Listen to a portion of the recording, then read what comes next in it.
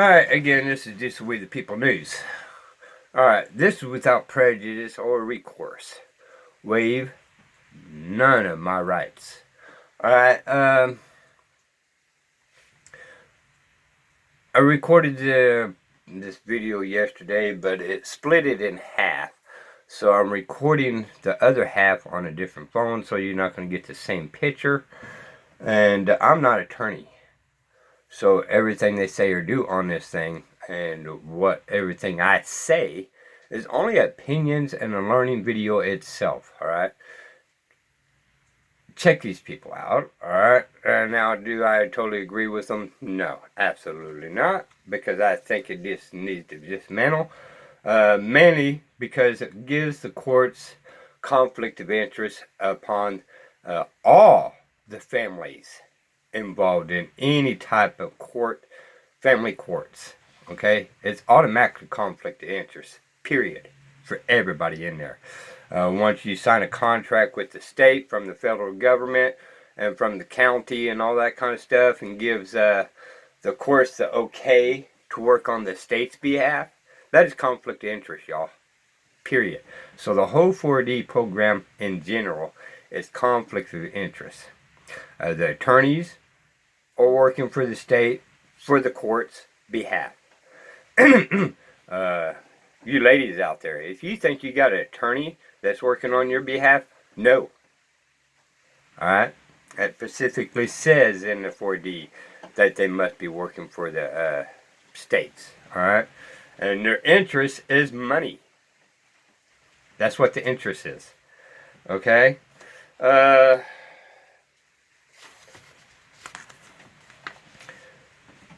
This right here, and if you look closely on the video, is...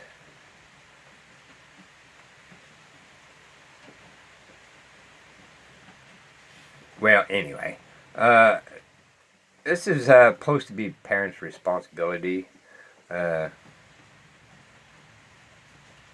So, you guys take it as you wish. They want to reform it, but you cannot reform something that's conflict of interest against you.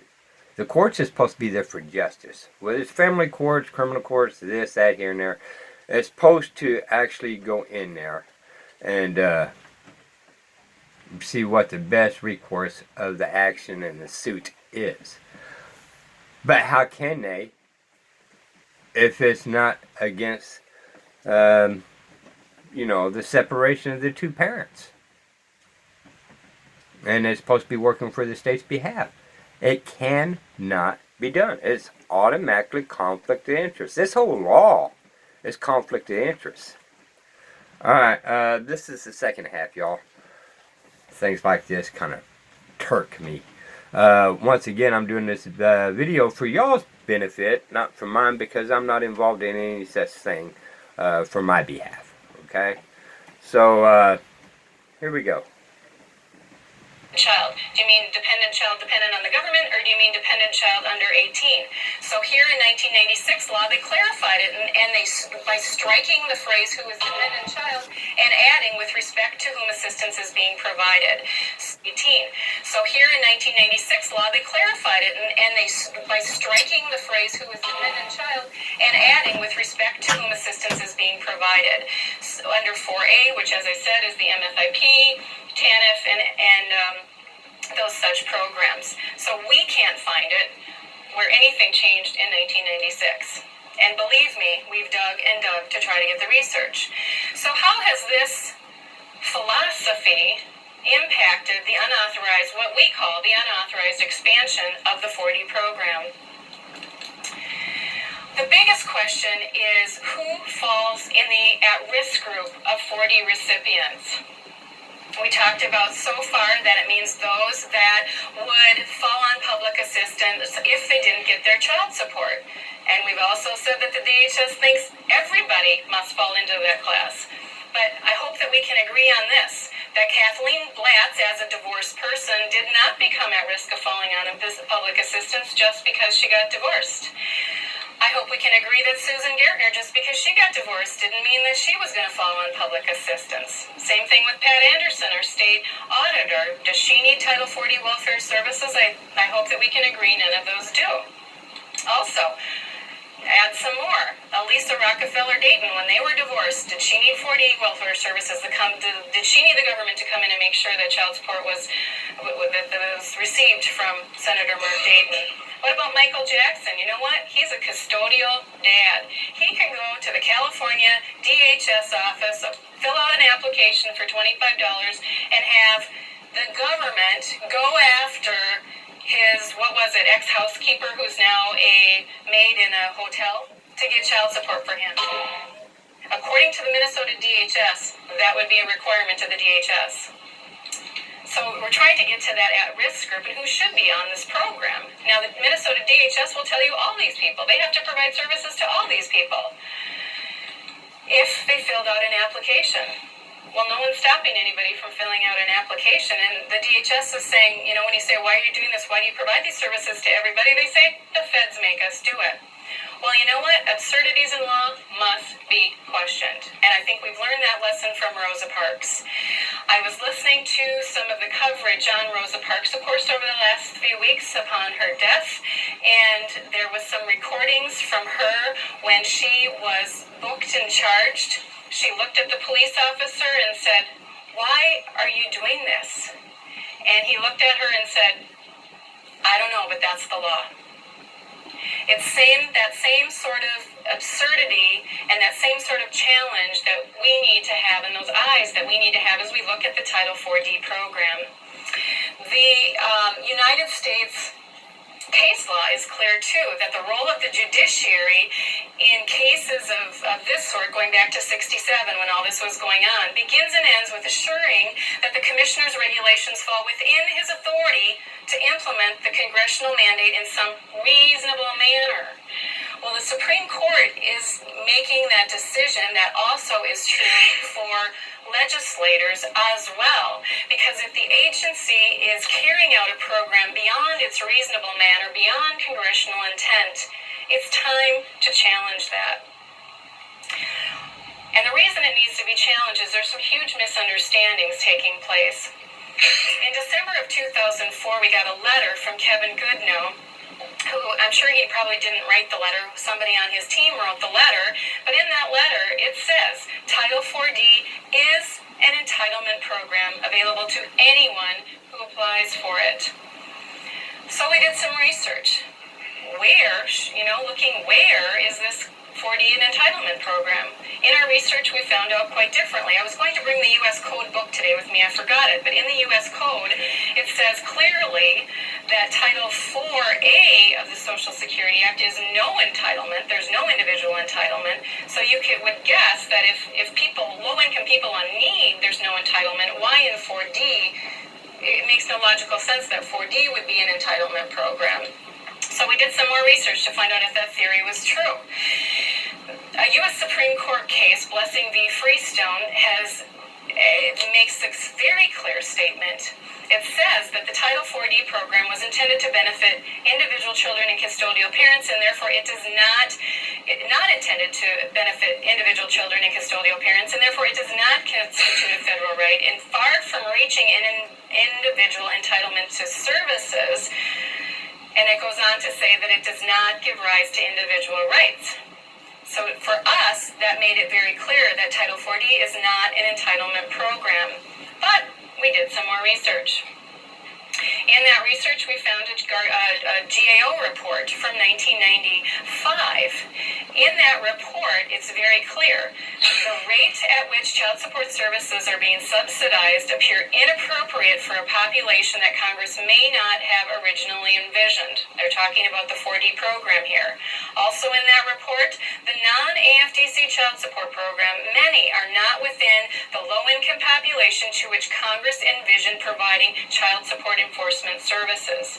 The purpose of this study was to look at that program, and they found out that the program was being broadened. They had broadened the scope to what was intended. I called the GAO. I talked to the woman in charge of these programs. She told me they reported this to Congress and that they still today stand behind this report. But we didn't stop there. We kept digging. And we found a quote from Donna Shalala from the US DHHS, who said, as part of that whole Blessing Freestone lawsuit, that a guarantee of the full range of child support services for all individual cases would bankrupt 40 agencies across the country. I guess you could call her a prophet, because that is what is happening today. We've looked at 8 county budgets in the metro area on how they're paying for these 40 services, because the federal government, the state government has to balance their budget. The federal government doesn't have to balance their budget. The state doesn't have to balance their budget like the federal government does. The counties have to balance their budget. So what we found, for example, in Hennepin County in 2002, they had to do a $5 million tax levy just to pay for this program. And I could give you details on other counties. We can search through your county for you if you want to know the information. Let me know. Then we found some more information. There's a brief written by Ken Starr when he was the U.S. Solicitor General, and there he was talking specifically about the 40 program. The 40 program was designed by Congress to save federal and state funds, what I told you before, by recovering assigned support payments from absent parents of children and families receiving AFDC benefits, and to reduce the number of welfare recipients, consistent with what I've told you. Ken Starr says this plan would be undermined if Title 4D became an entitlement program, which guaranteed specific child support and services to all individual AFDC recipients. So here he's saying that the services are not even guaranteed for AFDC. Why would they be guaranteed for non-AFDC? You've got to ask yourself that question. Then it was interesting. There was also some testimony on file to Ms. Fry, who at that time was the chief of the Office of Child Support in California, testified in front of the U.S. House Ways and Means Committee in Washington in 1997, and she was incredibly frustrated because they were coming out and revising all of these incentive programs for Title 4D. And she's like, wait a minute, the proposals here for these incentives are crazy because it's encouraging states to recruit middle-class families never dependent on public assistance and never likely to be so, recruiting them in their programs to maximize federal incentives. And she went on to say that her colleagues across the country have been talking and informing her that the way to win at this system, meaning the 40 incentive system, is to recruit the middle class so that you can bring in the higher orders into the system and get more money in your state. So when people say it's all about the money, it's not so much all about the money between the mom and the dad. With regard to the 40 system, it's all about the money for the agency. The U.S. House Ways and Means Committee, in their book, acknowledged Ms. Fry's testimony, and in their Green Book, if you're familiar with the Green Book, it comes out about once every 2 to 3 years, where they analyze all of the programs. They made it very clear in there that they know the 4D program may be recruiting more and more cases from the private sector, bringing them into the public sector, providing them with subsidized services, but not greatly improving overall collections. So they know this is happening. They know it's a problem. And yes, we have contacted many people in Washington about this issue as well, and will continue to do so. So I've given you many sources about what are the limitations of the program, and is it an entitlement program or not? I've given you all of the following, and we have more if you need them as well. The expansion of the 4D program is also being further it's grown out of proportion more because of some vague Minnesota law that's on the books right now. In Minnesota 518, 551, sub 9B, this statute is in there. And I'm not going to read the whole thing to you. You've got it in your handout. But the key words here are in white. This statute says, on Minnesota law right now, in all other 4D cases, the public authority, meaning the agency here, may intervene as a matter of right. Okay? Depending on how you read law and how you know about statutory construction and how you know about rules of court, that may or may not make sense to you. That phrase, public authority may intervene as a matter of right, the first thing that you need to do is look at, okay, what are the limitations of federal law? Let's first of all take that into perspective. expectations are those on welfare and those at risk of falling on welfare. Once that assessment is made, before you make a determination if there's a matter of right, then you must look at the Minnesota Rules of Civil Procedure. Rule 2401 says that before a third party can become involved in a case, in a private case, there must be 4 things that are proven to claim before you can claim that interest. Those things must be that the interest and the intervention must be timely. 2, there must be an interest in the property. 3, there must be a finding that the disposition in that case would impede the ability to protect, for the government to protect that interest. And 4, that the interest here of the government would not be represented by the parties. But all 4 of those things must be true. What's happening, however, is the Minnesota State 40 Agency is erroneously interpreting this phrase in Minnesota law as an absolute right that they can be involved in every private case if there's an application for 40 services. What that's creating is a problem, because it's bypassing the federal 4D law, and it's leading to an overly broad interpretation, which is leading to an unconstitutional application of that law, and it can be perceived as being unconstitutional on its face. Some serious issues involved here with that one little phrase. So with that overreach of authority and expansion of the program, what are the process? What are the outcomes that we face? Well, first of all, you might ask yourself, how are private cases being recruited into the 40 program? How does this happen? Well, one of the first things that happens is when a private party gets divorced and they're in court, oftentimes the judge will order wage withholding in a divorce situation. In and of itself, wage withholding, income withholding is not necessarily a bad thing. But they're doing this based on some real misinterpretations. First of all, many judges will tell you that they believe wage withholding is required by federal law in every divorce and paternity case. We've looked at the record, we've done the research. That's not true. The truth is the federal law can only require wage withholding in 4D cases. Remember what I said before, that they have no jurisdiction over private domestic relations. And federal law allows good cause exemption even in 4D cases. Secondly, many judges believe that wage withholding must be done and can only be done through the 4D system. Well, the truth is that there are 3 kinds of wage withholding or income withholding. You can either do full 4D services if you want to go sign up down at the county to have them take the money out of your paycheck.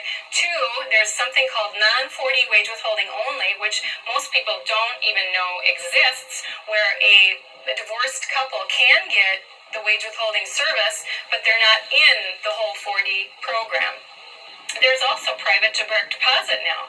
The 4D agency, the state DHS, is started to, rather than require the non-custodial dad to write their check to the state and then they resubmit a check to the custodial parent, rather than doing that, the state is working with the new banking technology and trying to use direct deposit, which is fine and good, but what that also means is 2 individuals who are divorcing can set up their own direct deposit independent of the government. They don't need the government to do that for them. So what happens? Somebody gets an order for wage withholding, so they go down to the county and they fill out a 4D application. First of all, the 4D agency doesn't tell them there's 2 kinds of wage withholding. They just shove in front of them a 13 or 16-page application, which I have here today if you want to look at it. And they say, this is what you need to fill out the services. So unbeknownst to the custodial parent filling out the application, they suddenly sign themselves into this big program they don't even know that much about. Now, the state law and the federal law do require full notice and full disclosure of everything it means to be in that program, but we can only imagine what is actually said during that application transaction or not said. One interesting thing, too, at the very end of the 4D application here in Minnesota, there's a signature clause.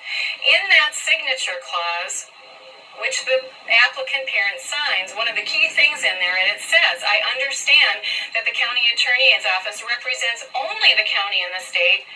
The county attorney, the 4D agency, does not represent either parent, and the 4D agency does not represent the child. There's so many people, even in the 40 system, that will say, well, we're there for the children. They're not there for the children. The county attorney and the 40 agency are there to protect the government interests. If you go back to what I said before, that the 40 system is provided for those on welfare and those at risk of falling on welfare, the 40 agency there is there to protect those two interests. The money part of it. They're not there to protect anything but that. And that's what they're trying to get across in the application here. So what happens? The mom, the custodial mom, or the custodial dad goes down to fill out the 40 application, and what we find with this application is there's absolutely no eligibility standards for Title 40 welfare services. And there's not even a place on the application for the applicant's income. It's not on there. They don't even ask. They don't care. We also find with the 40 application in Minnesota, there's no disclosure of the applicant's income, which I just mentioned, which would be required for means testing. There's also no process in place to notify the other parent that says, hey, due process notice here, you're about to go on a program. You have anything to say about that? Nothing. With the 40 application process, there's also no approval process or assessment process because everybody gets in. Why would they need to assess anything? Well, you know what? You'll see later that in 45 CFR 303.2, an assessment is required. Also, there's no investigation or verification of the accuracy of the information on that application. What happens is the non-custodial parent ends up finding in court, not in court, in administrative hearing, that the hearsay provided on that application is all considered fact. That becomes a problem.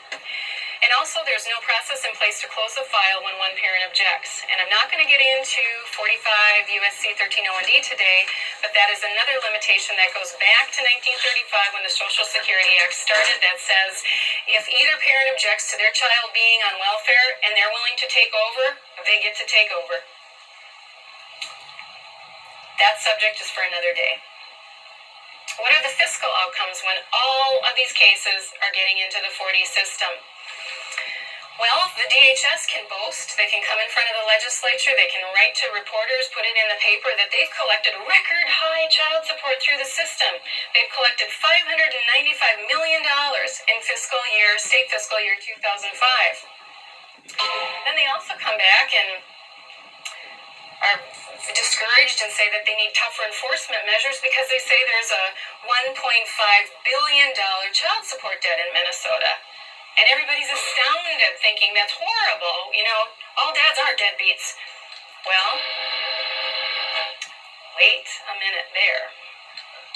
The truth is that $1.5 billion worth of child support debt includes 30 years worth of debt with compounded interest, and that debt includes all debt that they have reported to the finance department as written off. But they still like to talk about the big debt that nobody's paying.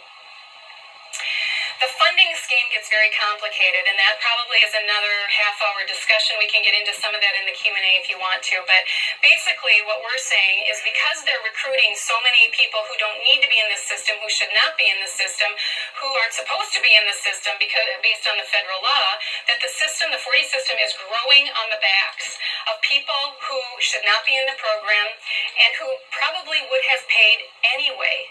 But the more people that are in the 40 system, the more money that the state agency gets from the federal government, whether it's needed or not. I could give you lots and lots of numbers, but it can glaze over an audience really fast when you start talking a lot of numbers. I'm only going to limit myself to 3 different slides here on the numbers. If we need to get into more numbers in the Q&A, we can do that or another time. But based on the most recent report, the Minnesota DHS Child Support Performance Report, these are the statistics.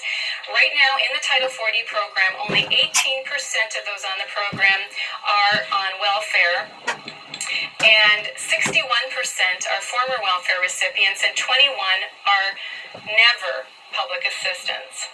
Now, when you just look at these reports, glaze over them, you don't think much of this. But as we've started to question this program and how are there 249,000 people in this program, that's where we figured out the expansion of the program, that everybody and anybody's getting in this program, and it's not limited to those that were intended by Congress. There's the U.S. numbers if you have any interest in there. It's kind of interesting to see those. The problem is nationwide, and that's why we've also been working with Washington, but it's going to have to be a federal and state combined effort. First of all, let's look at that former welfare class. In Minnesota, if there's 152,000 people in the 4D system, that's 61%. We've done the research to find out how many of those should really need the services. Well, remember I said no application requires the applicant's income. So they don't keep it in PRISM, as far as I know. There's no way to track what is the income of these recipients. But the U.S. Commissioner of Child Support Enforcement has found a study, and she may have commissioned the study, I'm not sure, found a study that 30% of the people leaving TANF have a likelihood of coming back. So we know that not all of those should be in the system according to congressional intent. As we work the numbers, based on our research, we believe that the 40 caseload in Minnesota could be reduced by 56%. And that could be reduced if we take out 70% of the former public assistance and 70% of the never public assistance. Now, this is all an estimate, but no one's been able to show us that our estimates are wrong. And if we can save 56% in expenses, maybe that's money that could be used elsewhere in a time of financial need for our state. There's a lot of numbers here. The main thing that I want you to point out is the 20% and the 40%. What's interesting is in that non-PA welfare column, the total number of recipients, that includes 20% of the total recipients, but they're getting 40% of the money from that group. Because that's where the higher child support orders, when, as the U.S. House Ways and Means Committee said, they're recruiting from the middle class, even the upper middle class, to get these higher orders in the system so they flow through, so that the state can say, we dispersed $589 million this year, aren't we wonderful? The problem that this overreach of authority leads to is many constitutional violations, which creates a huge liability and which is beginning to create excess litigation in the courts, because this has gotten out of control and people are fed up with it. Individuals are getting educated, lawyers are getting educated. Because of the overreach of authority is creating due process violations, privacy violations, equal protection violations, fundamental rights violations, and spending powers violations. It's huge. The problem here has a potential to cost a lot of money to the government because of that unwarranted, unauthorized overreach of authority. The second question is, how can the state be assured the state won't lose the entire funding for 4A and 4D services as the DHS claims and as they have stated in testimony? First of all, I want to share with you the CPR philosophy, again, based on our research. In order to protect the family, we're asking the legislators to ensure that the state law and agency policy are acting within the scope of congressional intent. We're asking that the legislators ensure the state law and agency policy are acting to ensure the constitutional protections to all parents.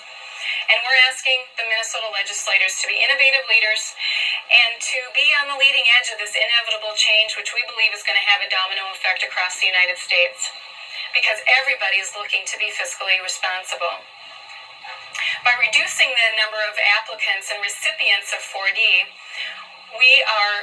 by taking out the non-needy recipients, we're reducing the unnecessary government expense and increasing public aid money available to either reduce the budget as a whole or to take that money, personnel, and move it to other programs for people that are truly needy, where the programs might be in jeopardy right now. This is consistent with even what Al Gore has said, that to achieve the goal of government is to do better with less. So we're asking two things. that the Minnesota legislature consider modifying the state law to clarify eligibility standards for 40 welfare services and to clarify the limitations of government intervention in private cases. Here's the testimony back to April of 2003. In red, there were 3 threats given to the legislator by the DHS. Those 3 threats in red were, 1, the DHS is telling the Minnesota legislator, we have to provide these services.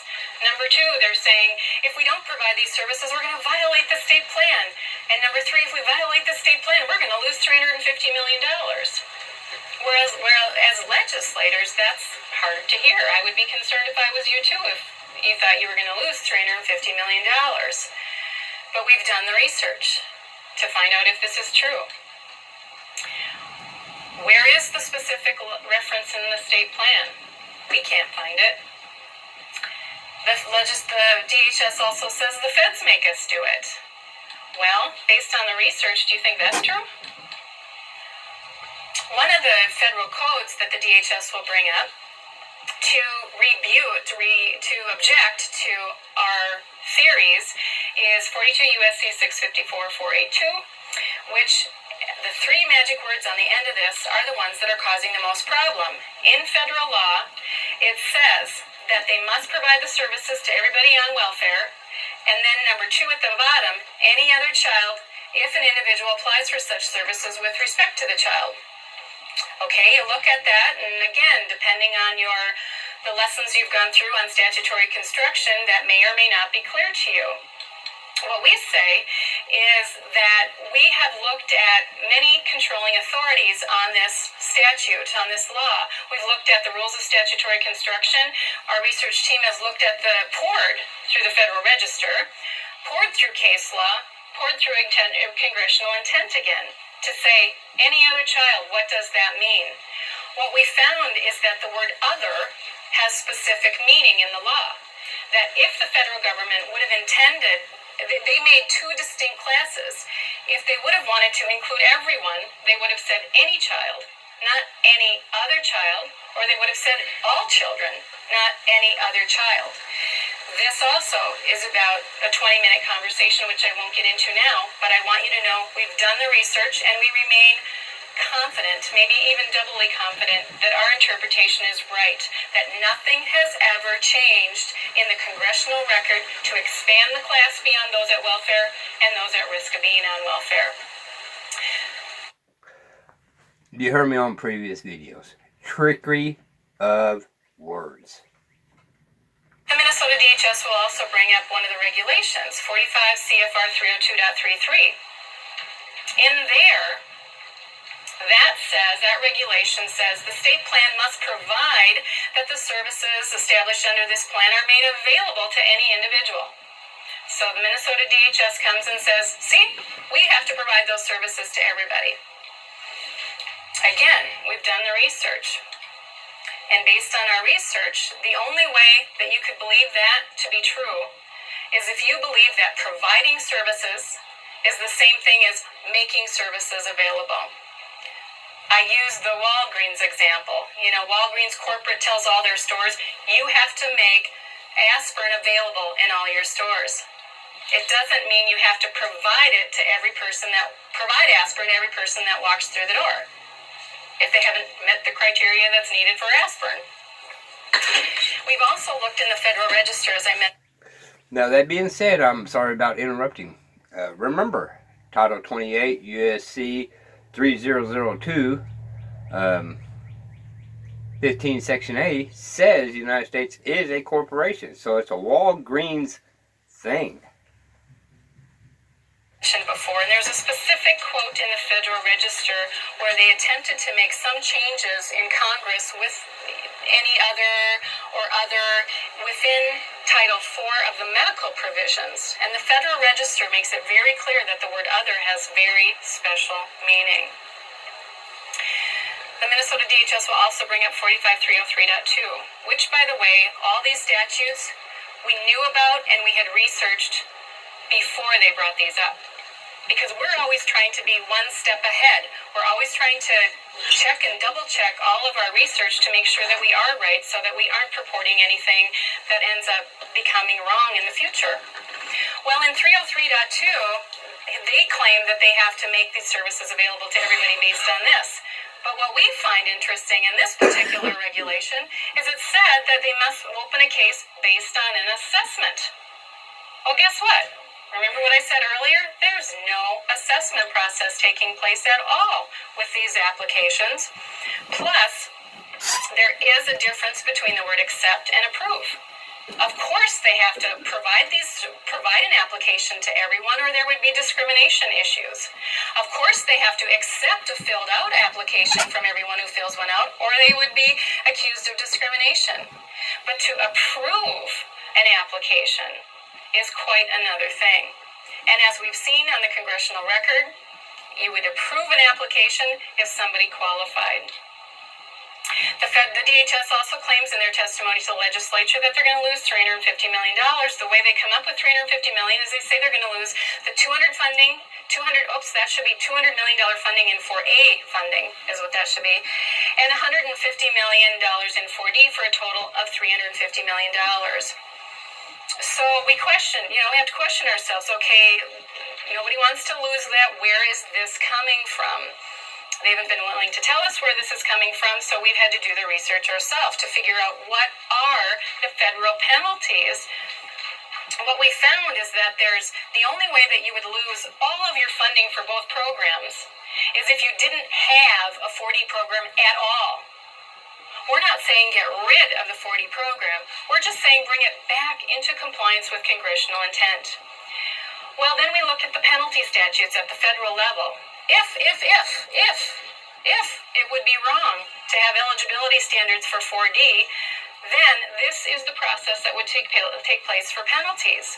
It's a 6-step process, according to the federal government. If they find you in violation through an audit, step 1, then step 2, they have to decide if you are not in substantial compliance, because the federal law only requires the state to provide services in 75% of the cases they receive an application for. Who's ever told you that? Then, if they find you not in compliance, the federal government would give the state a whole year corrective action period to say, shape up, change things, don't do this anymore. A whole year.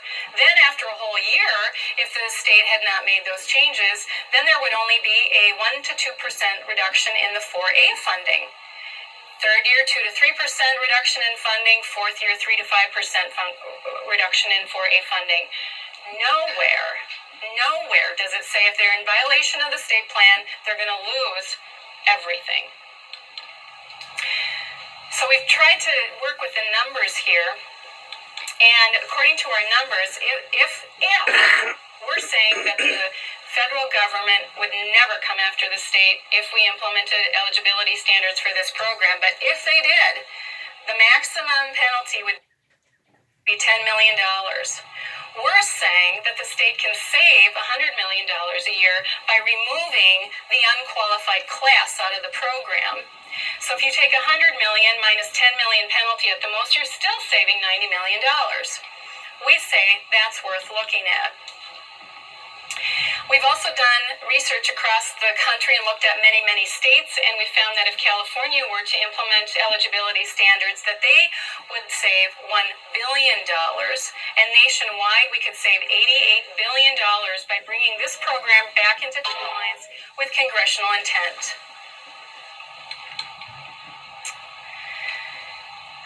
Those are the 2 questions we've reviewed today.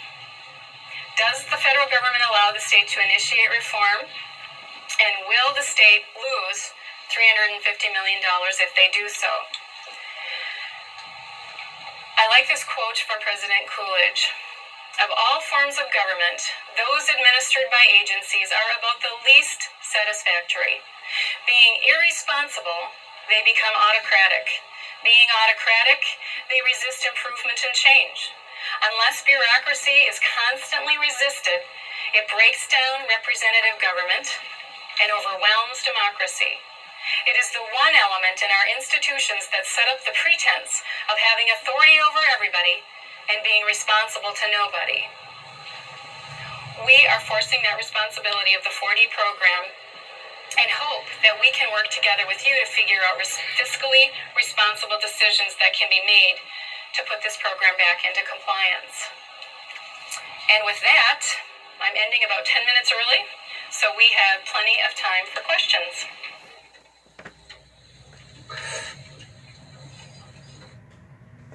Okay, so just to give you guys heads up, I am not telling you not to take care of your offsprings. Alright? You must do so. You've done this in private. Keep it in private. Quit putting these things in public. Alright? Quit volunteering people into your own affairs. You know, of course, we talked about previous videos. So, keep it in private, y'all. This is, again, forcing contract, which is unconstitutional and illegal and unlawful. You cannot force anybody into contract. Number two, conflict of interest is still conflict of interest. Whether the federal government does it, whether the state does it, or whether the county does it, or whether it's your local police department. Conflict of interest is still conflict of interest no matter how you look at it. This is Diesel We the People News. Take care of your family and your obligations in private. Quit bringing these courts in and destroying your family or your ex-family. You know, all the attorneys do is cause conflict in these Supreme Courts, and when they cause conflict, then that gives them jurisdiction, and they turn around and use that jurisdiction for themselves and not for you. They just use it to bring you in there. But meanwhile, whatever you or your ex say in court is completely ignored. They act like they're listening to you, but their obligation is to the contract of the state to the federal government, not to your offspring. Quit saying child. Yuck. Sons and daughters, and which is what they are your offsprings. Alright? Kids. Kids are goats. You gonna call your kids a goat? Alright, let's use these words correctly and be careful with the words we use, because every word does have meanings. And trickery of words is still trickery, no matter how you look at it. Diesel with the People News. Bye, y'all.